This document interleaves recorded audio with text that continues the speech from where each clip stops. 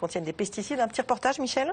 Oui, avec plus de 60 000 tonnes utilisées chaque année, la France est le premier utilisateur européen de pesticides, troisième au monde derrière les États-Unis et le Japon.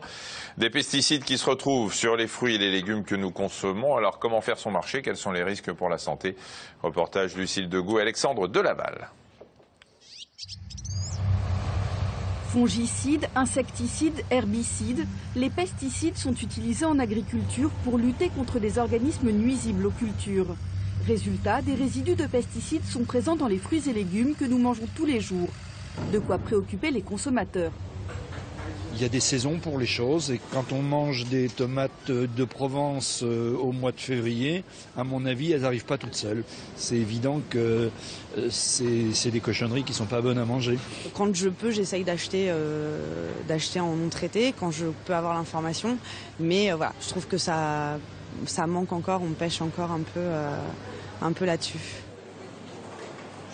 Alors comment éviter d'avaler trop de pesticides? Nous avons posé la question à un spécialiste, François Veillerette, porte-parole de l'association Génération Future. Quels fruits et légumes contiennent le plus de résidus de pesticides? On va en trouver plus fréquemment sur les légumes feuilles, comme toutes les salades, sur le persil, on trouve également sur les haricots verts, etc. Tout ce qui est en surface, sur lequel effectivement on va projeter des fongicides, pulvériser des fongicides. Et puis les pommes, les poires, on a aussi des fraises. Les pêches, les nectarines, c'est à peu près, les framboises aussi. Parmi ces fruits et légumes particulièrement exposés aux pesticides, on trouve le fruit le plus consommé en France, la pomme. Une pomme, mais en moyenne, je crois que c'est 36 traitements dans l'année. Donc forcément, 36 traitements, ça va laisser des résidus sur la peau, parfois même dans la peau, ça pénètre un peu à l'intérieur.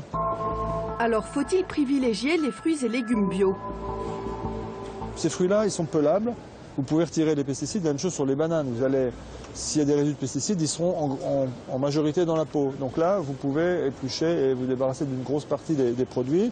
Il faut privilégier le bio d'abord sur les fruits qu'on ne peut pas peler ou qu'il vaut mieux ne pas peler pour garder les vitamines, c'est-à-dire tout cela, pommes, poires, les pêches également, il faut mieux pouvoir manger la peau, les framboises, etc., les raisins, parce que là les raisins, on ne va pas peler les grains de raisin non plus, donc là le raisin de table, effectivement, si on peut trouver du bio, c'est toujours mieux parce qu'on bénéficie de l'absence de résidus de pesticides et on garde tout ce qui est positif dans la peau des fruits. Autre conseil pour éviter d'ingérer trop de pesticides, privilégier les fruits et légumes de saison, si possible de provenance locale.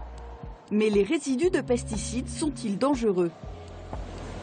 Les quantités qu'on retrouve peuvent paraître faibles, on va trouver quelques dizaines ou quelques centaines au maximum de 2 microgrammes par kilo, ça peut paraître peu. Mais si on compare ça avec les niveaux de ce qu'on accepte dans l'eau, c'est beaucoup plus. Et puis ce qui nous inquiète beaucoup, c'est qu'on a une catégorie de ces pesticides qu'on appelle des perturbateurs endocriniens, c'est-à-dire qu'ils peuvent interférer avec le système hormonal et le perturber son fonctionnement, qui peuvent agir à des doses très faibles.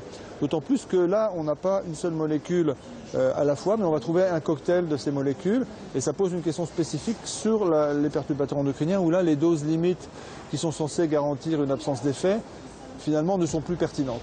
Parce qu'on sait que la femme enceinte et le fœtus sont particulièrement sensibles, même à des faibles doses, à ce produit-là. Certains pesticides seraient aussi cancérigènes et toxiques pour le système nerveux. Il existe bien une réglementation à l'échelle européenne, les LMR, les limites maximales de résidus de pesticides autorisés. Chaque pays est tenu d'effectuer des contrôles, mais ils sont souvent insuffisants. On a entendu la théorie. Est-ce que, avec les doses que l'on retrouve de pesticides dans nos fruits et légumes pour retrouver sur nos marchés, en dehors du fait que c'est toxique pour les agriculteurs, ça on le sait,